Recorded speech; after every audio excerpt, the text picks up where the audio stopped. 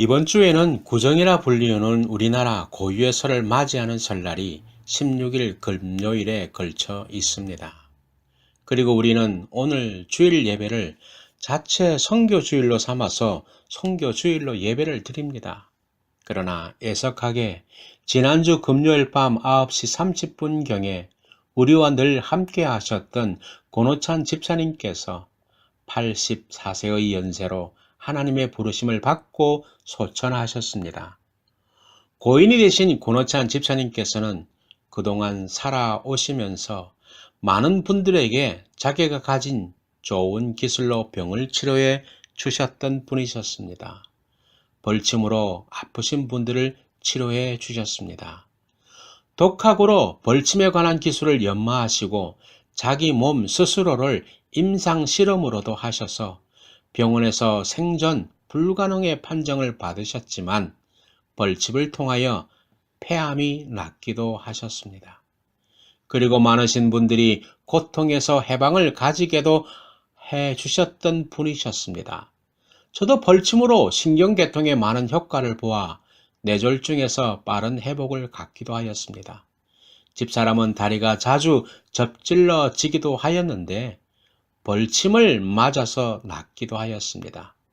피부병으로 고생하시는 분들도 낫게 하시는 것을 보았습니다. 참 고맙고 훌륭하신 분이셨습니다. 나이가 많이 있으심에도 불구하고 남에게 신세지는 것을 싫어하셨고 싫은 말도 하지 않으시고 묵묵히 참고 인내하시는 분이셨습니다. 참으로 고인의 죽음에 애도를 보내지만 하나님의 부르심에 또한 감사를 드리기도 합니다.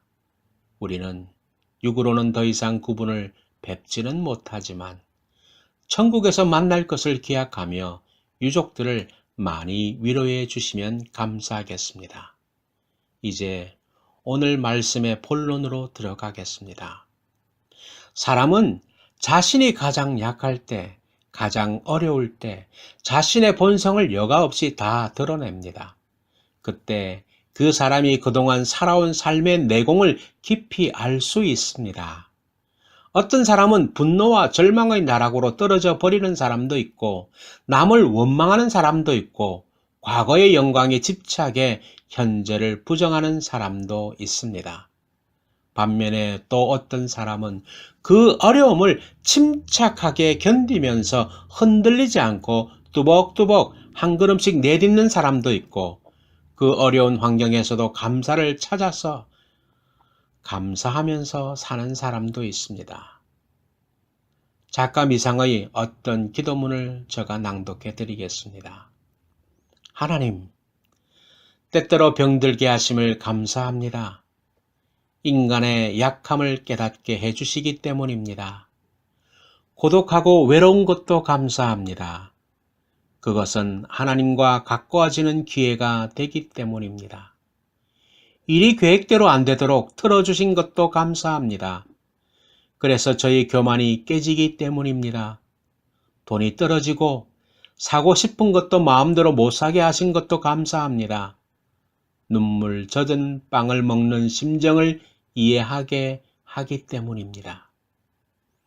자식들이 공부를 기대만큼 안 하고 아내가 미워지고 어머니와 형제들이 짐스러워질 때도 감사합니다. 그래서 그들이 저의 우상이 되지 않게 하기 때문입니다. 때로는 허물을 느끼게 하고 때로는 몸이 늙고 아프게 하심도 감사합니다. 그러므로 인하여 영혼을 사모하는 마음을 가지기 때문입니다. 불의와 부정이 득세하는 세상에 태어난 것도 감사합니다. 하나님의 의를 사모하기 때문입니다. 제게 잘못하고 저를 비방하는 사람들이 있게 하심도 감사합니다. 그럴수록 더욱 겸손해지고 더욱 노력하기 때문입니다. 오늘 밤 잠 못 이루고 뒤척이게 하신 것도 감사합니다. 그래서 병들고 고통받는 이웃들을 위해 기도할 수 있기 때문입니다. 하나님, 그럼에도 불구하고 제게 감사할 수 있는 마음을 주신 것을 더욱 감사합니다. 참 아름다운 기도문입니다. 우리가 살아가면서 어떤 환경에서도 이렇게 감사하면서 살 수만 있다면 얼마나 훌륭하고 멋지겠습니까? 그러나 현실은 그렇게 만만하지 않습니다. 그 이유는 우리가 사는 삶의 현장이 마치 광야와 같기 때문입니다. 캐나다에 인기 있는 경영 컨설턴트이자 3억 탐험가입니다. 그리고 그는 동기부여 전문가이기도 합니다. 그의 이름은 스티브 도나유입니다. 그는 인생을 말하기를 인생은 갈 길이 뚜렷하게 보이는 산이라기보다 어디로 가야 할지 막막한 사막을 닮았다라고 했습니다. 그렇습니다. 산은 정상이 보입니다. 가야 할 길도 분명히 보입니다. 하지만 사막은 사막의 끝이 보이지 않고 어디로 가야 할지 길도 보이지 않습니다. 인생도 그렇다는 것입니다. 그래서 인생을 살아가면서 광야 같은 현실을 만나게 되면 그때 사람들은 어떻게 해야 할지를 알지 못한 채 우왕좌왕 할 수밖에 없게 되는 것입니다. 그런데 인생의 광야가 아닌 현실에서 광야 길을 40년 동안 걸었던 사람들이 있습니다. 바로 오늘 본문에 나오는 이스라엘 백성들입니다. 오늘 본문 출애굽기 16장의 배경을 1절에 이렇게 말씀합니다. 이스라엘 자손의 온 회중이 엘림에서 떠나 엘림과 시내산 사이에 있는 신광야에 이르니 애굽에서 나온 후 둘째 달 15일이라고 하고 있습니다. 스크린에 보시면 엘림과 시내산 신광야를 볼 수가 있습니다. 그러니 본문의 공간적 배경은 오아시스가 있었던 엘림과 시내산 사이에 있는 신광야였습니다. 신광야는 우리가 사진을 보아서 알듯이 우리가 상상하는 모래로 이루어진 사막은 아니지만 식물이 자라지 못하는 척박한 환경입니다. 시간적인 배경은 출애굽 후 2월 15일이었습니다. 다시 말하면 첫 6월절을 지낸 후에 한 달이 지났음을 말해줍니다. 이들은 그동안 놀라운 하나님의 은혜를 경험했습니다. 애굽에서 10가지 재앙에서 구원받는 경험을 했습니다. 하나님이 구름기둥과 불기둥으로 인도해 주시고 보호해 주심을 경험했습니다. 홍해가 갈라져서 그 사이를 걸어서 건넜습니다. 그런 놀라운 경험을 하면서 그들은 광야로 들어왔습니다. 문제는 광야로 들어선 이스라엘 백성들에게 현실적인 문제가 하나씩 닥쳤습니다. 첫 번째 문제는 식수 문제였습니다. 사흘 동안 광야길을 걸어가는데 물이 없었습니다. 그러다 다행히 3일 만에 마라라는 곳에 도착했는데 거기에 물이 있었습니다. 그러니 얼마나 반가웠겠습니까? 그래서 그 물을 마셨는데 물이 있어서 도저히 먹지 못했습니다. 그러니 백성들은 모세를 원망하게 되었고 그 원망을 들은 하나님은 모세에게 한 나무를 지시해서 물에 그 나무를 던져서 쓴 물을 단물로 바꾸어 주셨습니다. 두 번째 문제는 먹는 문제였습니다. 출애굽한 지 한 달의 시간이 지났으니 그들이 가지고 온 음식이 떨어지게 되었습니다. 한 가정의 식량이 떨어지기 시작하니 순식간에 먹는 문제가 대두되었습니다. 그러니 사람들의 입에서 불평과 원망이 쏟아지게 되었습니다. 일반적으로 사람들이 불평하고 원망할 일이 생기면 몇 가지 방향으로 원망한다고 합니다. 첫째는 다른 사람을 향한다고 합니다. 그 사람은 자신의 앞에 서 있는 사람 혹은 자신과 가까이 있는 사람에게 원망한다는 것입니다. 교회로 보면 목사와 장로가 되겠지요. 오늘 본문에도 보시면 이스라엘 백성들이 모세와 아론을 상대로 원망을 합니다. 본문 2절에 나옵니다. 이스라엘 자손 온 회중이 광야에서 모세와 아론을 원망하여 라고 말씀하고 있습니다. 이것은 비단 오늘 본문에서만 나오는 이야기가 아닙니다. 이스라엘 백성들이 조금이라도 어렵고 힘들면 그 원망의 첫 번째 대상이 항상 모세에게 그리고 아론에게 쏟아졌습니다. 둘째는 자신의 현 처지를 말하면서 원망합니다. 본문 3절을 보시기 바랍니다. 이스라엘 자손이 그들에게 이르되 우리가 애굽 땅에서 고기 가마 곁에 앉아 있던 때와 떡을 배불리 먹던 때에 여호와의 손에 죽었더라면 좋았을 것을 너희가 이 광야로 우리를 인도하여 내어 이 온 회중이 줄여 죽게 하는도다 라고 말합니다. 지금 이스라엘 사람들은 자신의 현 처지를 과거 애굽에서 종살이 했던 처지와 비교를 합니다. 그러면서 과거에는 굉장히 행복했던 것으로 생각합니다. 물론 역사적으로 보면 애굽은 믿음의 사람들에게 피난처 역할을 한 것은 맞습니다. 아브라함 때, 요셉의 때에 가나안 땅에 가뭄이 있을 때에는 항상 양식을 구하기 위해서 애굽으로 내려갔습니다. 애굽은 나일강의 범람으로 그 주변 토질이 좋았습니다. 따뜻한 날씨와 비옥한 토지로 인해 항상 풍부한 농산물을 자랑했습니다. 역사를 보면 후에 로마가 애굽을 통치할 때 애굽을 일컬어 로마의 식량 창고라고 했을 정도입니다. 하지만 오늘 본문에서 이스라엘 백성들의 말은 과장되어 있습니다. 그들이 애굽에서 생활할 때는 그렇게 행복하지 못했습니다. 그저 입에 풀칠할 정도였고 강제 노역으로 인해서 고통 속에서 살았습니다. 그럼에도 불구하고 그들이 지금 과거를 행복하게 생각하는 것은 현실이 먹을 것이 없었기 때문입니다. 이렇게 그들은 원망을 자신의 현재 처지를 근거로 하고 있는 것입니다.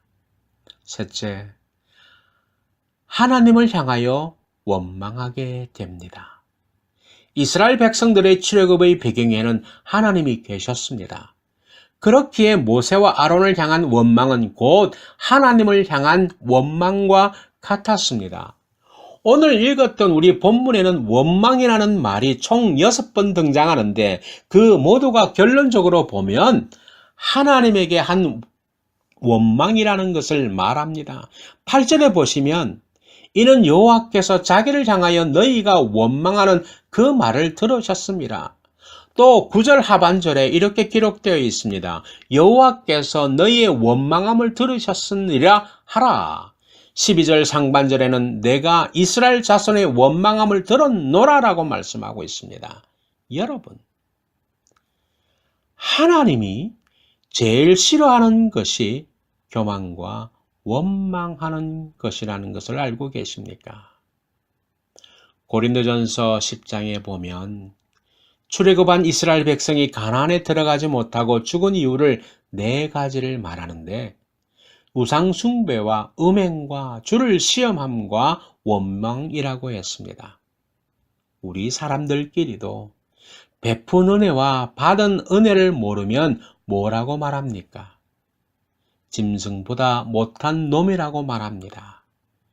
이처럼 은혜를 모르고 은혜를 베푼 하나님께 원망을 하는 것을 하나님도 싫어하십니다. 그런데 오늘 본문의 이스라엘 백성들은 먹는 것 때문에 결국 원망의 화살이 하나님께로 돌아갔습니다. 자, 이렇게 이스라엘 백성이 모세를 향하여 자신의 처지를 향하여 하나님을 향하여 원망하자 어떤 결과를 맞게 되었습니까? 우리가 성경을 읽어보면 원망에 대해서 일률적으로 나타나는 패턴이 있습니다. 우리가 출애굽기와 민수기 이를 말씀을 보시게 되면 원망의 패턴이 유사함을 알 수 있습니다. 즉 이스라엘의 원망이 있습니다. 이에 하나님께서 진노하십니다. 그리고 모세의 중재의 기도가 있습니다. 또한 그 중재를 들으시고 하나님께서 그들에게 해결해 주십니다. 이러한 순으로 되어 있습니다.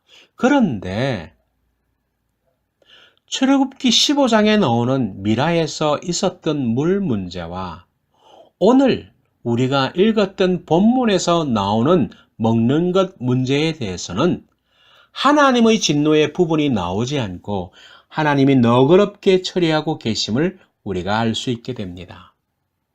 아마 물 문제와 식량에 관한 문제는 인간의 생존과 필연적인 관계가 있는 것이어서인지 하나님이 화를 내시지 않고 은혜롭게 해결해 주시는 것을 봅니다. 하나님은 먹을 것이 없어 원망하고 불평하는 그들의 소리를 들으시고 모세를 통해서 해결책을 제시합니다. 그 해결책으로는 아침에는 만나를 내려준다는 것입니다. 그것도 한두 번이 아닌 그들이 가나안 땅에 들어가서 첫 곡식을 먹을 때까지 40년간 내려준다고 말씀하셨고 그대로 실행하셨습니다. 그리고 저녁에는 메추라기를 내려주신다는 것이었습니다. 그들의 마음껏 고기를 먹도록 했습니다. 그래서 양식이 떨어지지 아니하고 풍족히 살아가도록 하셨습니다. 하나님께서 그들에게 만나와 메추라기를 내려주신 목적을 4절에 기록하고 있습니다. 그때 여호와께서 모세에게 이르시되 보라 내가 너희를 위하여 하늘에서 양식을 비같이 내리리니 백성이 나가서 일용할 것을 날마다 거둘 것이라. 이같이 하여 그들이 내 율법을 준행하나 아니하나 내가 시험하리라. 결론적으로 말씀을 드리면 하나님이 먹는 문제를 해결해 주시는데 그 이유는 이스라엘 백성들이 매일매일 하나님의 존재를 의식하고 하나님을 의지하며 그 말씀대로 살게 하기 위함이라는 것입니다. 광야 생활에서 절대적으로 하나님을 의지하라는 것입니다. 우리 신약에 있어서 예수님께서도 우리에게 기도를 가르쳐 주실 때도 우리에게 일용할 양식을 주시옵고라고 기도하게 하신 목적도 바로 그와 같습니다. 하나님이 주실 것이 모자라서 매일 빠듯하게 주시려는 것이 아니라 매일매일 하나님의 존재를 의지하고 하나님의 뜻대로 살아가기를 원하는 것이 하나님의 마음이기 때문입니다. 그럼 오늘 우리의 문제로 돌아와 보십시다. 오늘 우리들도 하나님의 은혜를 받아서 신앙생활을 한다고 하지만 성경을 통해 알 수 있는 것은 성도의 삶에는 계속해서 시험이 있다는 것을 말씀하고 있습니다. 우리 4절을 한번 다시 읽어보겠습니다. 그때 여호와께서 모세에게 이르시되 보라 내가 너희를 위하여 하늘에서 양식을 비같이 내리리니 백성이 나가서 일용할 것을 날마다 거둘 것이라. 이같이 하여 내 율법을 준행하나 아니하나 내가 시험하리라 라고 말씀하고 있습니다. 하나님은 이 배고픈 상황을 통해 그의 백성들에게 말씀하고 계십니다. 그런데 굶주림을 더하여 시험한다고 하지 않습니다. 그 반대인 것을 보게 됩니다. 양식을 비같이 내려주시겠다고 하십니다. 그리고 그것에 대해 어떻게 행하는지 보시겠다는 말씀인 것입니다. 사람들의 시험에 대한 오해는 시험은 고통스럽거나 힘든 것으로 온다고 생각하는 것입니다. 많은 시험이 그렇게 오는 것이 사실입니다. 하지만 그것은 도리어 성도를 더 강하게 합니다. 마치 잔디는 밟으면 더 강해지고 뿌리를 더 깊고 넓게 뻗는 것과 같습니다. 성도들에게 있어서 진정으로 무서운 시험은 풍요라는 것을 기억하시기 바랍니다. 재물이 많아지고 하는 일이 모두 잘 되고 자녀들이 잘 될 때, 그때가 성도에게 있어서 가장 위험한 때입니다. 그런데 많은 성도들은 그때를 위험하다고 느끼지 못한다는 것입니다. 마치 서서히 끓는 냄비 안의 개구리처럼 서서히 죽어가는 것을 모르고 그 풍요 속에서 믿음을 잃고 하나님의 백성의 야성도 잃어버려 무능력해지는 것입니다. 성경 속에 하나님의 사람들도 환난을 때에 넘어진 것이 아니라 풍요로울 때 넘어졌습니다. 다윗을 한번 보시기 바랍니다. 다윗이 기름 부음을 받고 광야에서 도망 다니고 왕이 된 초기에는 넘어지지 않았습니다. 하지만 그가 이스라엘의 왕이 되었을 때, 더 이상 자신이 전쟁에 나가지 않아도 될 때, 그는 우리아의 아내 밧세바를 범하는 죄를 짓게 된 것입니다. 그의 아들 솔로몬도 마찬가지입니다. 그의 초기에는 듣는 마음이 살아 있었습니다. 하지만 그의 후반기의 풍요로움은 그로 하여금 하나님을 잊어버리고 여인에게 마음을 빼앗겨 이스라엘로 우상을 숭배하게 하는 무서운 죄를 범하였습니다. 시험에 빠졌던 하나님의 사람들은 환난의 때가 아니라 풍요로운 때였습니다. 이 시대는 풍요로움으로 인해 하나님께 무릎 꿇지 않는 세대가 되었습니다. 결국 기도할 줄 모르는 성도들이 되었고, 기도를 통해 이룰 수 있는 하나님의 일들은 더 이상 이룰 수 없는 성도들이 되고 만 것입니다. 사랑하는 성도 여러분, 저와 여러분은 풍요로움 속에서 더욱 하나님을 찾고 하나님의 말씀대로 살기를 힘쓰는 성도들이 되기를 주님의 이름으로 축원합니다. 또한 본문을 통해 주께서 또 말씀하시는 것은 주께서 당신의 백성들의 필요를 채우시고 그것을 알게 하려 하신다는 것입니다. 12절을 같이 읽어보겠습니다. 내가 이스라엘 자손의 원망함을 들었노라. 그들에게 말하여 이르기를 너희가 해질 때에는 고기를 먹고 아침에는 떡으로 배부르리니 내가 여호와 너희의 하나님인 줄 알리라 하라 하시니라. 주님은 당신의 백성들의 필요에 눈 감는 분이 아니십니다. 그분은 우리의 필요를 정말로 잘 아시는 분이십니다. 그래서 마태복음 6장 31절과 32절에 말씀하셨습니다. 그러므로 염려하여 이르기를 무엇을 먹을까, 무엇을 마실까, 무엇을 입을까 하지 말라. 이는 다 이방인들이 구하는 것이라. 너희 하늘 아버지께서 이 모든 것이 너희에게 있어야 할 줄을 아시느니라라고 말씀하셨습니다. 마태복음 7장 9절과 11절에서도 말씀하셨습니다. 너희 중에 누가 아들이 떡을 달라 하는데 돌을 주며 생선을 달라 하는데 뱀을 줄 사람이 있겠느냐? 너희가 악한 자라도 좋은 것으로 자식에게 줄 줄 알거든. 하물며 하늘에 계신 너희 아버지께서 구하는 자에게 좋은 것으로 주시지 않겠느냐라고 말씀하셨습니다. 그렇습니다. 주님은 우리의 필요를 우리 자신보다 더 잘 아십니다. 아실 뿐 아니라 풍성하게 채우시는 분이십니다. 그러므로 우리는 하나님을 신뢰하고 살아가면 되는 것입니다. 그런데 이렇게 채우시는 하나님의 은혜 속에서 우리가 행해야 할 성도의 자세가 있습니다. 그것은 주님의 말씀을 기억하며 행하고 인간적인 과한 욕심을 부리지 말아야 한다는 것입니다. 오늘을 사는 우리들이 하나님을 신뢰하여 이 땅의 것에 연연하고 그것을 신처럼 여기며 사는 자들이 되어서는 안 되는 것입니다.